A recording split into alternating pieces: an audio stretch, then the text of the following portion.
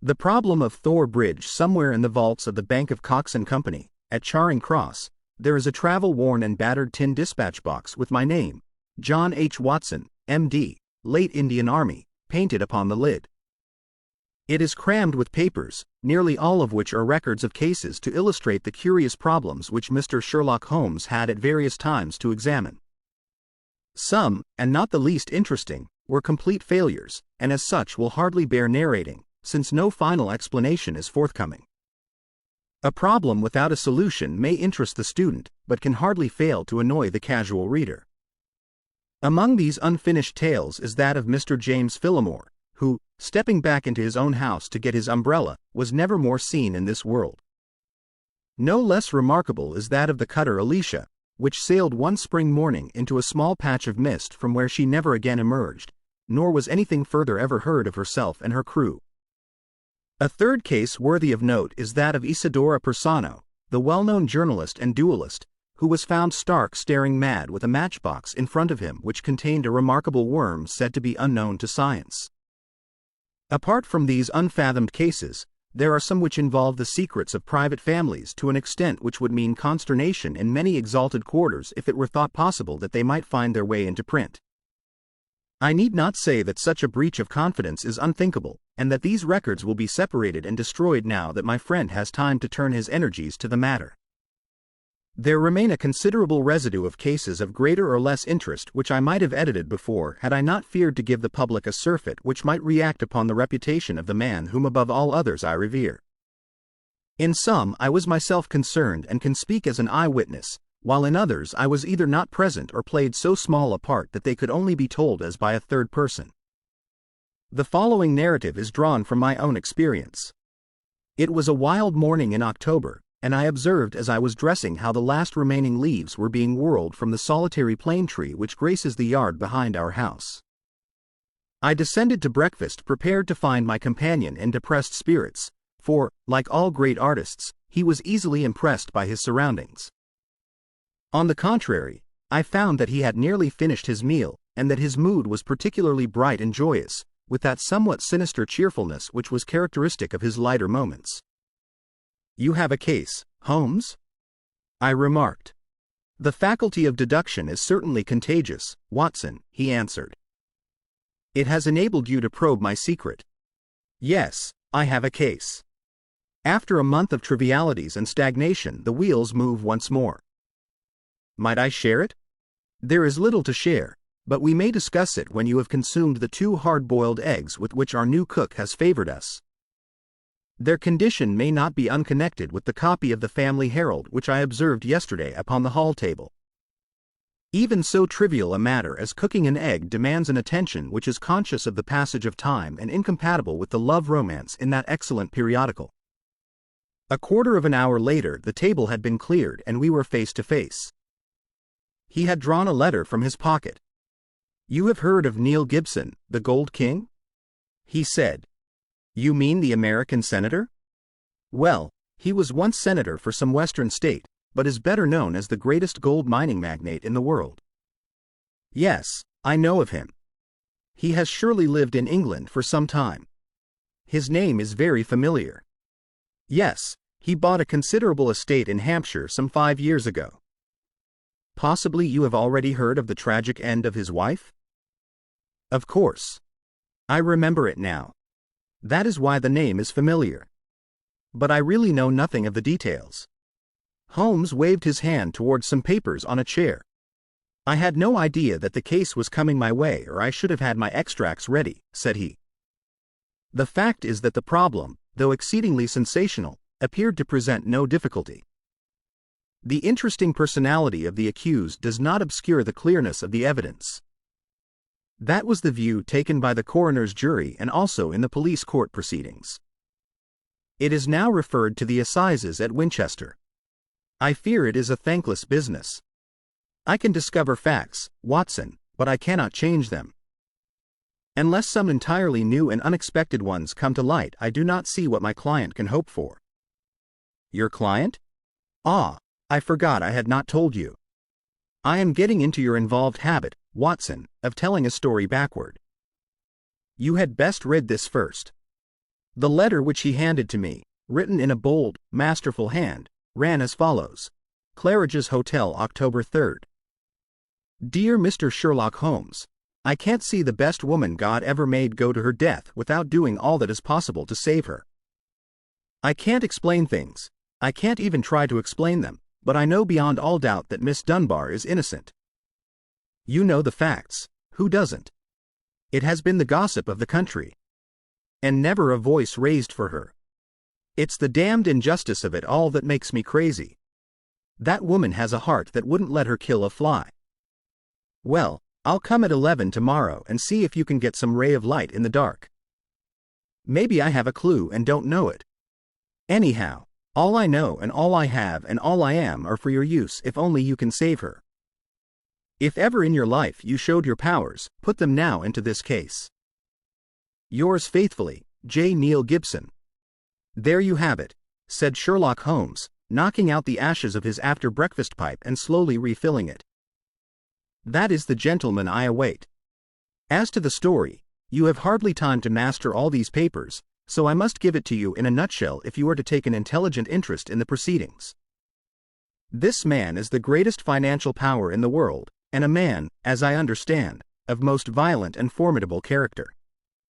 He married a wife, the victim of this tragedy, of whom I know nothing save that she was past her prime, which was the more unfortunate as a very attractive governess superintended the education of 2 young children. These are the 3 people concerned, and the scene is a grand old manor house, the center of a historical English state. Then as to the tragedy. The wife was found in the grounds nearly half a mile from the house, late at night, clad in her dinner dress, with a shawl over her shoulders and a revolver bullet through her brain. No weapon was found near her and there was no local clue as to the murder. No weapon near her, Watson, mark that. The crime seems to have been committed late in the evening, and the body was found by a gamekeeper about 11 o'clock, when it was examined by the police and by a doctor before being carried up to the house. Is this too condensed, or can you follow it clearly? It is all very clear. But why suspect the governess? Well, in the first place there is some very direct evidence. A revolver with 1 discharge chamber and a caliber which corresponded with the bullet was found on the floor of her wardrobe. His eyes fixed and he repeated in broken words, on the floor of her wardrobe. Then he sank into silence, and I saw that some train of thought had been set moving which I should be foolish to interrupt. Suddenly with a start he emerged into brisk life once more. Yes, Watson, it was found. Pretty damning, eh? So the 2 juries thought. Then the dead woman had a note upon her making an appointment at that very place and signed by the governess. How's that? Finally, there is the motive. Senator Gibson is an attractive person. If his wife dies, who more likely to succeed her than the young lady who had already by all accounts received pressing attentions from her employer? Love, fortune, power, all depending upon one middle-aged life. Ugly, Watson, very ugly. Yes, indeed, Holmes. Nor could she prove an alibi. On the contrary, she had to admit that she was down near Thor Bridge, that was the scene of the tragedy, about that hour. She couldn't deny it, for some passing villager had seen her there. That really seems final. And yet, Watson, and yet. This bridge, a single broad span of stone with balustraded sides, carries the drive over the narrowest part of a long, deep, reed-girt sheet of water. Thor Mere it is called. In the mouth of the bridge lay the dead woman. Such are the main facts. But here, if I mistake not, is our client, considerably before his time. Billy had opened the door, but the name which he announced was an unexpected one. Mr. Marlowe Bates was a stranger to both of us. He was a thin, nervous wisp of a man with frightened eyes and a twitching, hesitating manner, a man whom my own professional eye would judge to be on the brink of an absolute nervous breakdown. "You seem agitated, Mr. Bates," said Holmes. "Pray sit down. I fear I can only give you a short time, for I have an appointment at 11. "I know you have," our visitor gasped, shooting out short sentences like a man who is out of breath. "Mr. Gibson is coming. Mr. Gibson is my employer. I am manager of his estate. Mr. Holmes, he is a villain, an infernal villain. Strong language, Mr. Bates. I have to be emphatic, Mr. Holmes, for the time is so limited. I would not have him find me here for the world. He is almost due now. But I was so situated that I could not come earlier. His secretary, Mr. Ferguson, only told me this morning of his appointment with you. And you are his manager? I have given him notice. In a couple of weeks I shall have shaken off his accursed slavery. A hard man, Mr. Holmes, hard to all about him. Those public charities are a screen to cover his private iniquities. But his wife was his chief victim. He was brutal to her. Yes, sir, brutal. How she came by her death I do not know, but I am sure that he had made her life a misery to her. She was a creature of the tropics, a Brazilian by birth, as no doubt you know. No, it had escaped me. Tropical by birth and tropical by nature. A child of the sun and of passion. She had loved him as such women can love, but when her own physical charms had faded, I am told that they once were great, there was nothing to hold him. We all liked her and felt for her and hated him for the way that he treated her. But he is plausible and cunning. That is all I have to say to you. Don't take him at his face value. There is more behind. Now I'll go. No, no, don't detain me. He is almost due. With a frightened look at the clock, our strange visitor literally ran to the door and disappeared. Well, said Holmes after an interval of silence. Mr. Gibson seems to have a nice loyal household. But the warning is a useful one, and now we can only wait till the man himself appears. Sharp at the hour we heard a heavy step upon the stairs, and the famous millionaire was shown into the room. As I looked upon him I understood not only the fears and dislike of his manager but also the execrations which so many business rivals have heaped upon his head. If I were a sculptor and desired to idealize the successful man of affairs, iron of nerve and leathery of conscience, I should choose Mr. Neil Gibson as my model. His tall, gaunt, craggy figure had a suggestion of hunger and rapacity. An Abraham Lincoln keyed to base uses instead of high ones would give some idea of the man. His face might have been chiseled in granite, hard-set, craggy, remorseless, with deep lines upon it, the scars of many a crisis. Cold gray eyes, looking shrewdly out from under bristling brows, surveyed us each in turn. He bowed in perfunctory fashion as Holmes mentioned my name, and then with a masterful air of possession he drew a chair up to my companion and seated himself with his bony knees almost touching him. Let me say right here, Mr. Holmes, he began, that money is nothing to me in this case. You can burn it if it's any use in lighting you to the truth. This woman is innocent and this woman has to be cleared, and it's up to you to do it. Name your figure. My professional charges are upon a fixed scale, said Holmes coldly. I do not vary them, save when I remit them altogether. Well, if dollars make no difference to you, think of the reputation. If you pull this off, every paper in England and America will be booming you.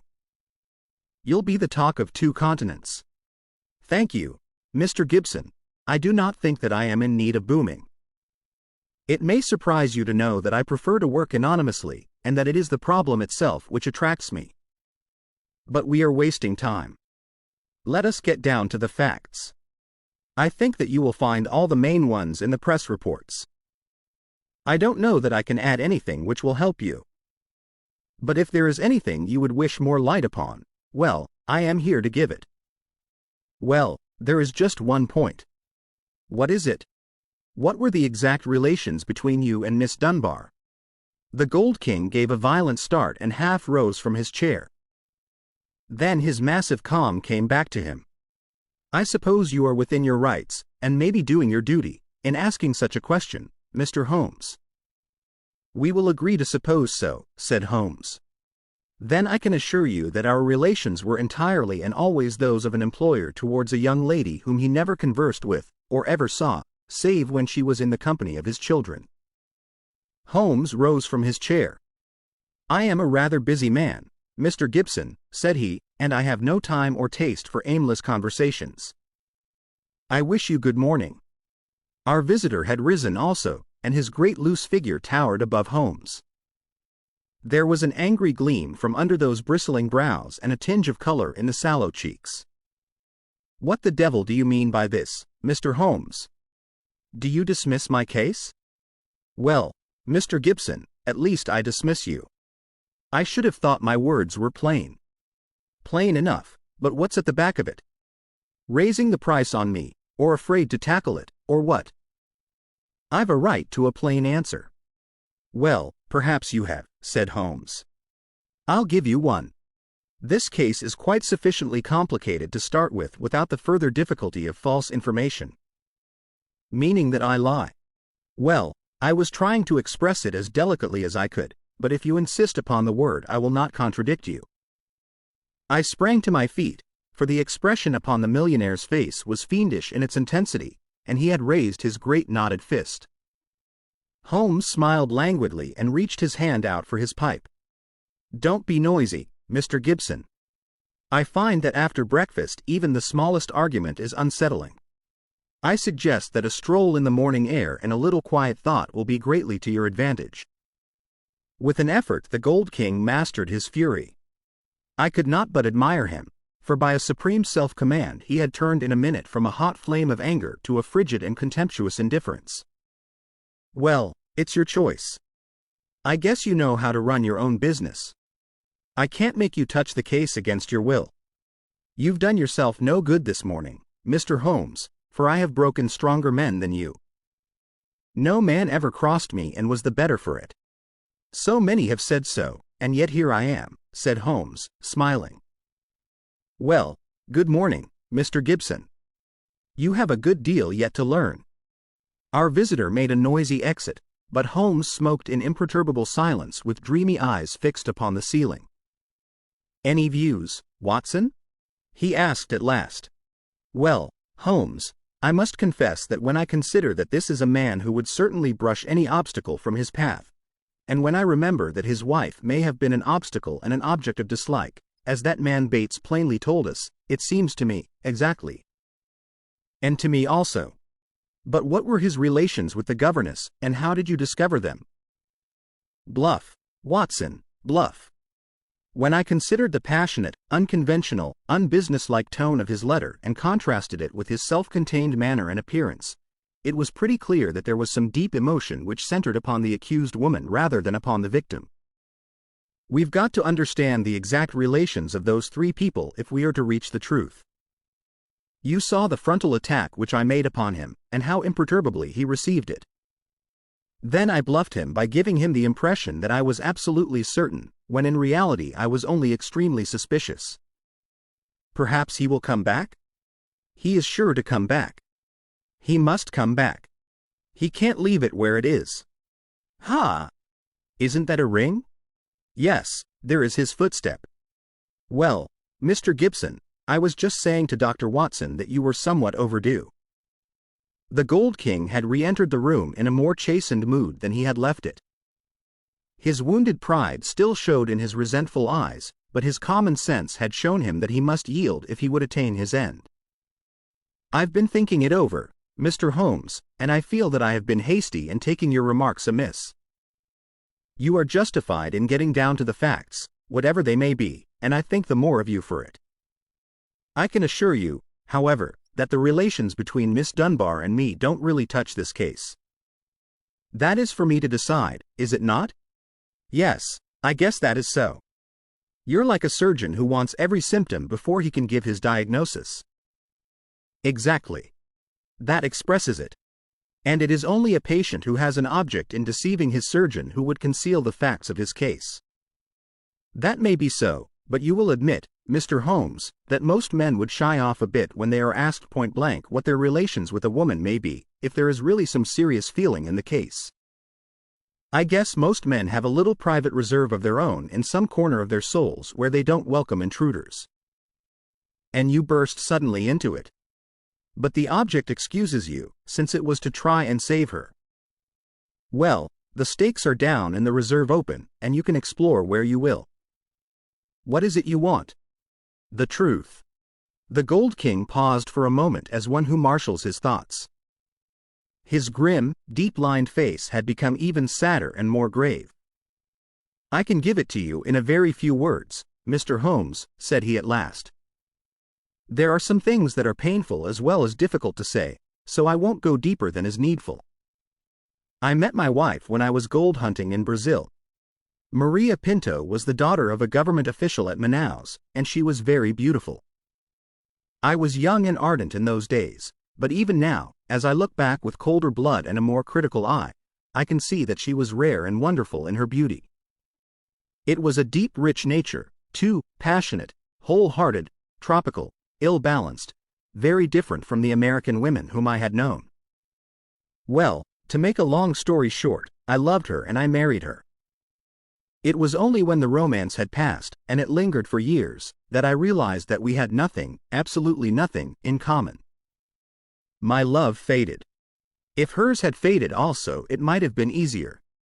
But you know the wonderful way of women. Do what I might, nothing could turn her from me. If I have been harsh to her, even brutal as some have said, it has been because I knew that if I could kill her love, or if it turned to hate, it would be easier for both of us. But nothing changed her. She adored me in those English woods as she had adored me 20 years ago on the banks of the Amazon. Do what I might, she was as devoted as ever. Then came Miss Grace Dunbar. She answered our advertisement and became governess to our 2 children.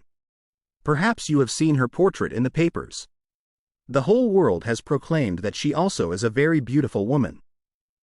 Now, I make no pretense to be more moral than my neighbors, and I will admit to you that I could not live under the same roof with such a woman and in daily contact with her without feeling a passionate regard for her.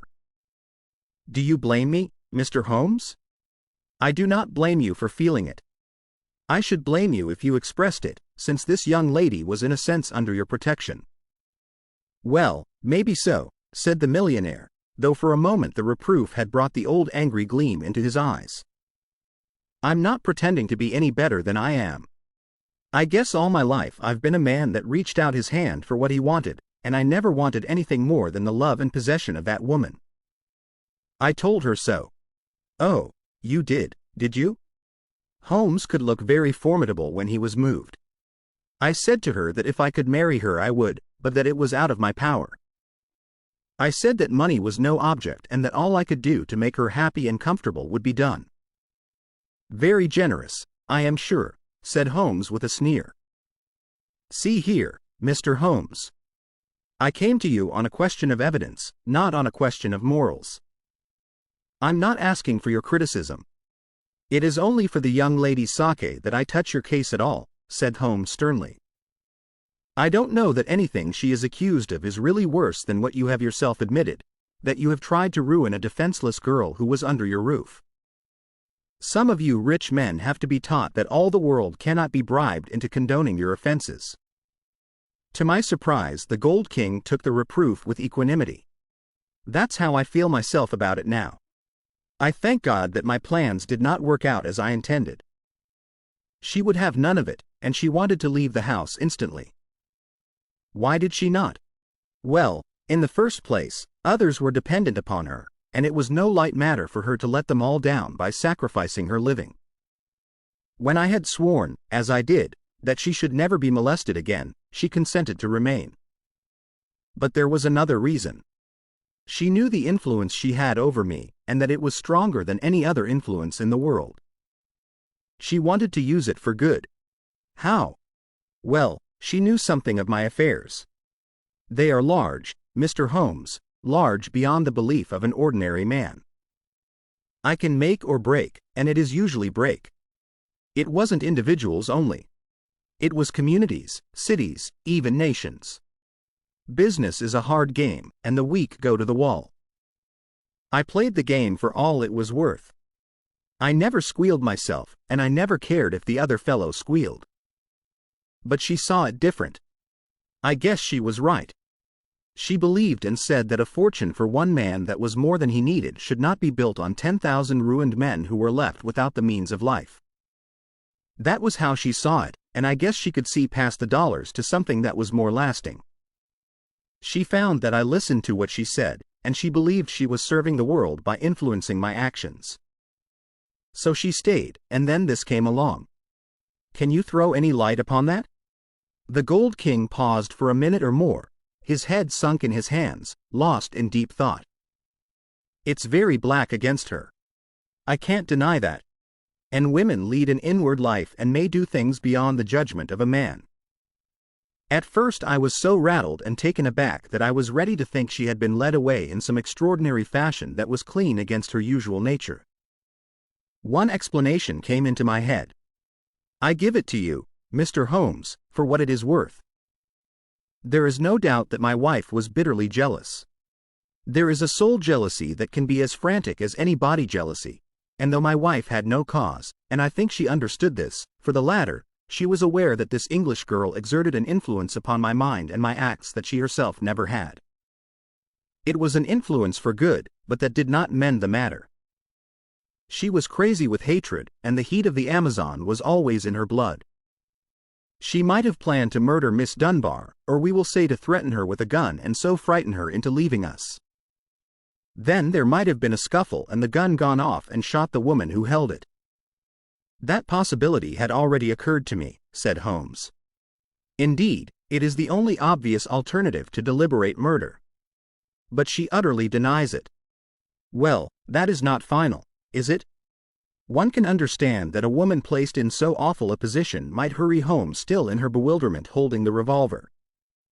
She might even throw it down among her clothes, hardly knowing what she was doing, and when it was found she might try to lie her way out by a total denial, since all explanation was impossible. What is against such a supposition? Miss Dunbar herself. Well, perhaps. Holmes looked at his watch. I have no doubt we can get the necessary permits this morning and reach Winchester by the evening train. When I have seen this young lady, it is very possible that I may be of more use to you in the matter, though I cannot promise that my conclusions will necessarily be such as you desire. There was some delay in the official pass, and instead of reaching Winchester that day, we went down to Thor Place, the Hampshire estate of Mr. Neil Gibson. He did not accompany us himself, but we had the address of Sergeant Coventry, of the local police, who had first examined into the affair. He was a tall, thin, cadaverous man, with a secretive and mysterious manner which conveyed the idea that he knew or suspected a very great deal more than he dared say. He had a trick, too, of suddenly sinking his voice to a whisper as if he had come upon something of vital importance, though the information was usually commonplace enough. Behind these tricks of manner, he soon showed himself to be a decent, honest fellow who was not too proud to admit that he was out of his depth and would welcome any help. Anyhow, I'd rather have you than Scotland Yard, Mr. Holmes, said he. If the Yard gets called into a case, then the local loses all credit for success and may be blamed for failure. Now, you play straight, so I've heard. I need not appear in the matter at all, said Holmes to the evident relief of our melancholy acquaintance. If I can clear it up, I don't ask to have my name mentioned. Well, it's very handsome of you, I am sure. And your friend, Dr. Watson, can be trusted, I know. Now, Mr. Holmes, as we walk down to the place, there is one question I should like to ask you. I'd breathe it to no soul but you. He looked round as though he hardly dare utter the words. Don't you think there might be a case against Mr. Neil Gibson himself? I have been considering that. You've not seen Miss Dunbar. She is a wonderful fine woman in every way. He may well have wished his wife out of the road. And these Americans are readier with pistols than our folk are. It was his pistol, you know. Was that clearly made out? Yes, sir. It was one of a pair that he had. One of a pair? Where is the other? Well, the gentleman has a lot of firearms of one sort and another. We never quite matched that particular pistol, but the box was made for two. If it was one of a pair, you should surely be able to match it. Well, we have them all laid out at the house if you would care to look them over. Later, perhaps. I think we will walk down together and have a look at the scene of the tragedy. This conversation had taken place in the little front room of Sergeant Coventry's humble cottage, which served as the local police station. A walk of half a mile or so across a wind-swept heath, all gold and bronze with the fading ferns, brought us to a side gate opening into the grounds of the Thor Place estate. A path led us through the pheasant preserves, and then from a clearing we saw the widespread, half-timbered house, half Tudor and half Georgian, upon the crest of the hill. Beside us there was a long, reedy pool, constricted in the center where the main carriage drive passed over a stone bridge, but swelling into small lakes on either side. Our guide paused at the mouth of this bridge, and he pointed to the ground. That was where Mrs. Gibson's body lay. I marked it by that stone. I understand that you were there before it was moved? Yes, they sent for me at once. Who did? Mr. Gibson himself. The moment the alarm was given and he had rushed down with others from the house, he insisted that nothing should be moved until the police should arrive. That was sensible. I gathered from the newspaper report that the shot was fired from close quarters. Yes, sir, very close. Near the right temple? Just behind it, sir. How did the body lie? On the back, sir. No trace of a struggle. No marks. No weapon. The short note from Miss Dunbar was clutched in her left hand. Clutched, you say? Yes, sir, we could hardly open the fingers. That is of great importance. It excludes the idea that anyone could have placed the note there after death in order to furnish a false clue. Dear me. The note, as I remember, was quite short. I will be at Thor Bridge at 9 o'clock. G. Dunbar. Was that not so? Yes, sir. Did Miss Dunbar admit writing it? Yes, sir. What was her explanation? Her defense was reserved for the assizes. She would say nothing. The problem is certainly a very interesting one. The point of the letter is very obscure, is it not? Well, sir, said the guide, it seemed, if I may be so bold as to say so, the only really clear point in the whole case. Holmes shook his head. Granting that the letter is genuine and was really written, it was certainly received some time before, say 1 hour or two. Why, then, was this lady still clasping it in her left hand? Why should she carry it so carefully? She did not need to refer to it in the interview. Does it not seem remarkable? Well, sir, as you put it, perhaps it does. I think I should like to sit quietly for a few minutes and think it out. He seated himself upon the stone ledge of the bridge, and I could see his quick gray eyes darting their questioning glances in every direction. Suddenly he sprang up again and ran across to the opposite parapet, whipped his lens from his pocket, and began to examine the stonework. This is curious, said he. Yes, sir, we saw the chip on the ledge. I expect it's been done by some passerby. The stonework was gray, but at this one point it showed white for a space not larger than a sixpence. When examined closely one could see that the surface was chipped as by a sharp blow. It took some violence to do that, said Holmes thoughtfully. With his cane he struck the ledge several times without leaving a mark. Yes, it was a hard knock. In a curious place, too. It was not from above but from below, for you see that it is on the lower edge of the parapet. But it is at least 15 feet from the body. Yes, it is 15 feet from the body. It may have nothing to do with the matter, but it is a point worth noting. I do not think that we have anything more to learn here.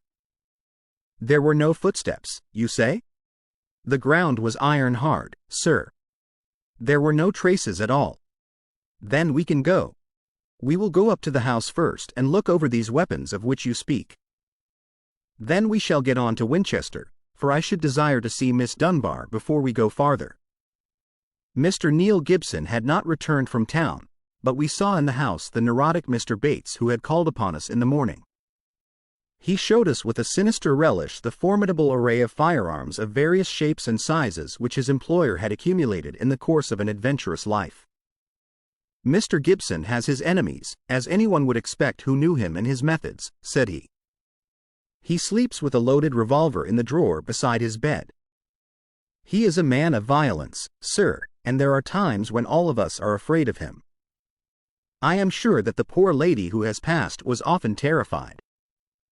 Did you ever witness physical violence towards her? No, I cannot say that. But I have heard words which were nearly as bad, words of cold, cutting contempt, even before the servants. Our millionaire does not seem to shine in private life, remarked Holmes as we made our way to the station.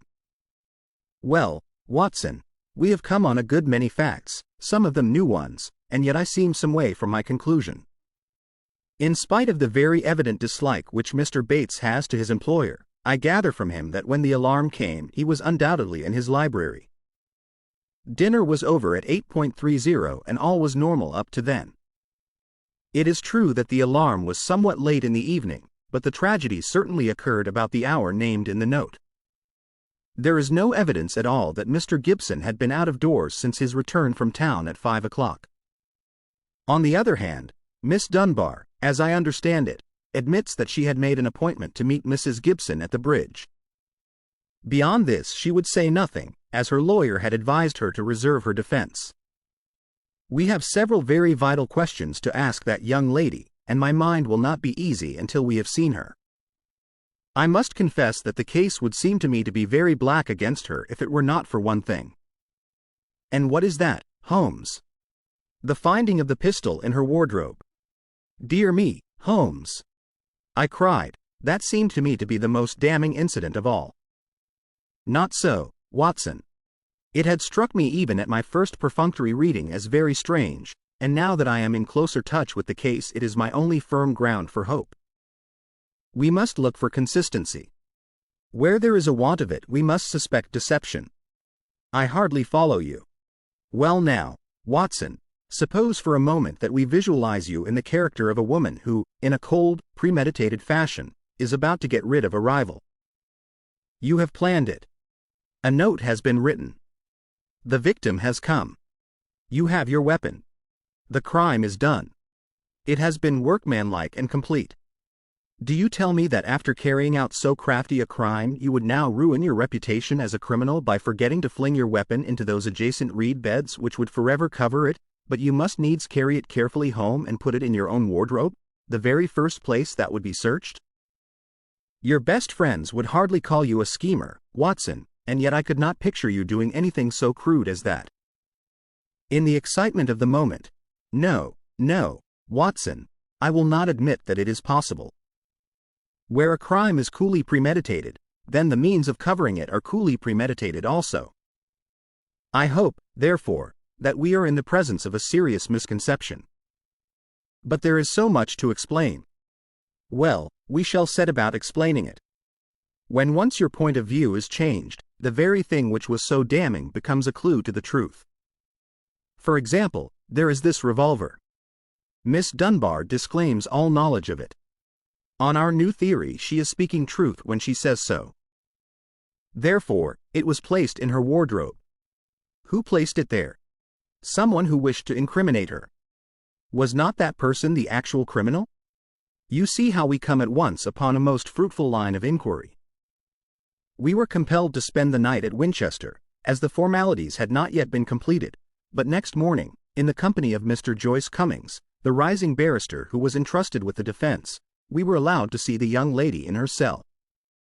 I had expected from all that we had heard to see a beautiful woman, but I can never forget the effect which Miss Dunbar produced upon me.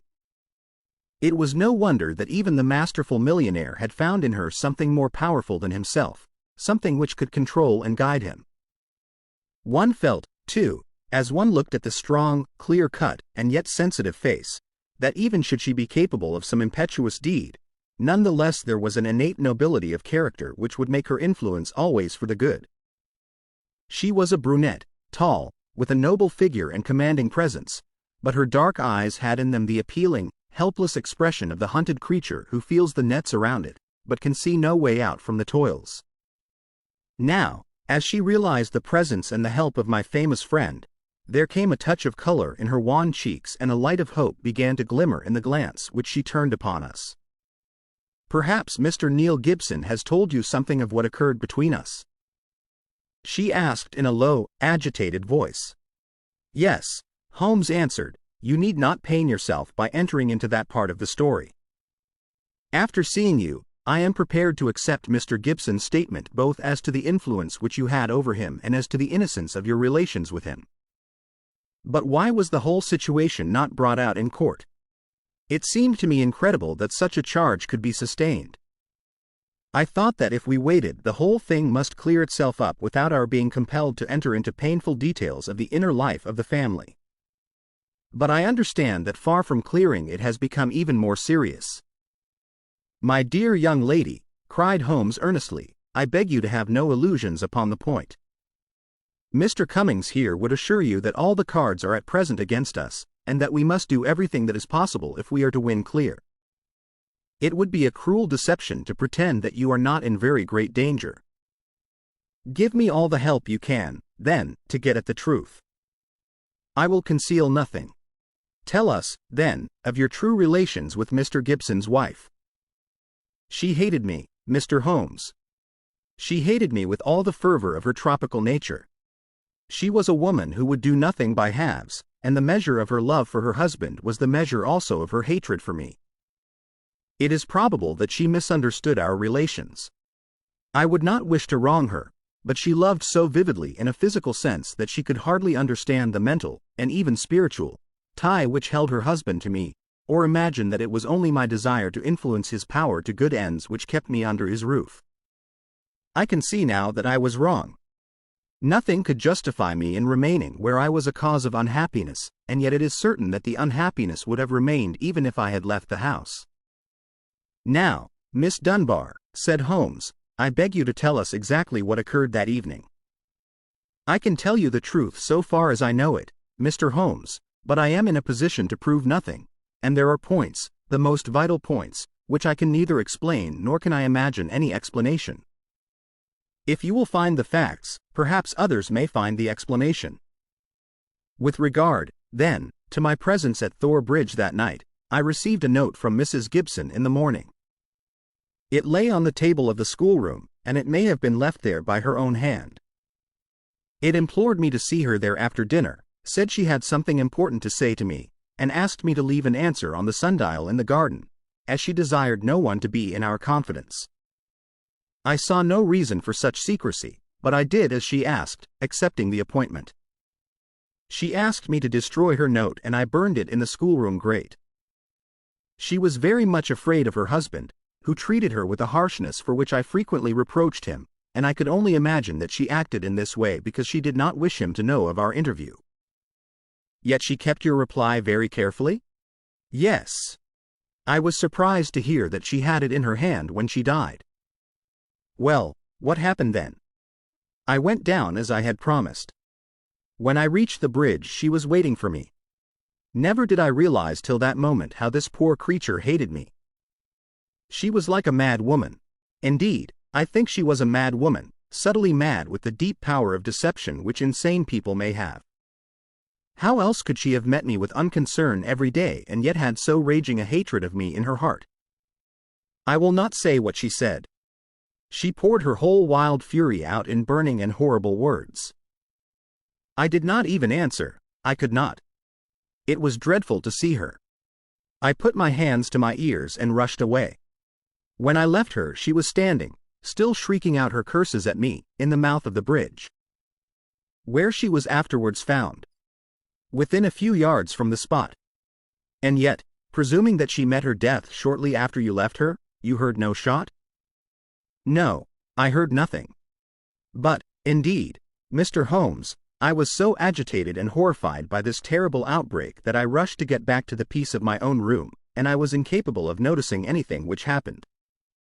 You say that you returned to your room. Did you leave it again before next morning? Yes, when the alarm came that the poor creature had met her death, I ran out with the others. Did you see Mr. Gibson? Yes, he had just returned from the bridge when I saw him. He had sent for the doctor and the police. Did he seem to you much perturbed? Mr. Gibson is a very strong, self-contained man. I do not think that he would ever show his emotions on the surface. But I, who knew him so well, could see that he was deeply concerned. Then we come to the all-important point. This pistol that was found in your room. Had you ever seen it before? Never, I swear it. When was it found? Next morning, when the police made their search. Among your clothes? Yes, on the floor of my wardrobe under my dresses. You could not guess how long it had been there. It had not been there the morning before. How do you know? Because I tidied out the wardrobe. That is final. Then someone came into your room and placed the pistol there in order to inculpate you. It must have been so. And when? It could only have been at mealtime, or else at the hours when I would be in the schoolroom with the children. As you were when you got the note? Yes, from that time onward for the whole morning. Thank you, Miss Dunbar. Is there any other point which could help me in the investigation? I can think of none. There was some sign of violence on the stonework of the bridge, a perfectly fresh chip just opposite the body. Could you suggest any possible explanation of that? Surely it must be a mere coincidence. Curious, Miss Dunbar, very curious. Why should it appear at the very time of the tragedy, and why at the very place? But what could have caused it? Only great violence could have such an effect. Holmes did not answer. His pale, eager face had suddenly assumed that tense, far-away expression which I had learned to associate with the supreme manifestations of his genius. So evident was the crisis in his mind that none of us dared to speak, and we sat, barrister, prisoner, and myself, watching him in a concentrated and absorbed silence. Suddenly he sprang from his chair, vibrating with nervous energy and the pressing need for action. "Come, Watson, come," he cried. "What is it, Mr. Holmes?" "Never mind, my dear lady. You will hear from me, Mr. Cummings. With the help of the God of justice I will give you a case which will make England ring. You will get news by tomorrow, Miss Dunbar, and meanwhile take my assurance that the clouds are lifting and that I have every hope that the light of truth is breaking through." It was not a long journey from Winchester to Thor Place, but it was long to me in my impatience, while for Holmes it was evident that it seemed endless, for, in his nervous restlessness, he could not sit still, but paced the carriage or drummed with his long, sensitive fingers upon the cushions beside him. Suddenly, however, as we neared our destination he seated himself opposite to me. We had a first-class carriage to ourselves, and laying a hand upon each of my knees he looked into my eyes with the peculiarly mischievous gaze which was characteristic of his more imp-like moods. "Watson," said he, "I have some recollection that you go armed upon these excursions of ours." It was as well for him that I did so, for he took little care for his own safety when his mind was once absorbed by a problem, so that more than once my revolver had been a good friend in need. I reminded him of the fact. Yes, I am a little absent-minded in such matters." "But have you your revolver on you?" I produced it from my hip pocket, a short, handy, but very serviceable little weapon. He undid the catch, shook out the cartridges, and examined it with care. "It's heavy, remarkably heavy," said he. "Yes, it is a solid bit of work." He mused over it for a minute. "Do you know, Watson," said he, "I believe your revolver is going to have a very intimate connection with the mystery which we are investigating." "My dear Holmes, you are joking." "No, Watson, I am very serious. There is a test before us. If the test comes off, all will be clear. And the test will depend upon the conduct of this little weapon. One cartridge out.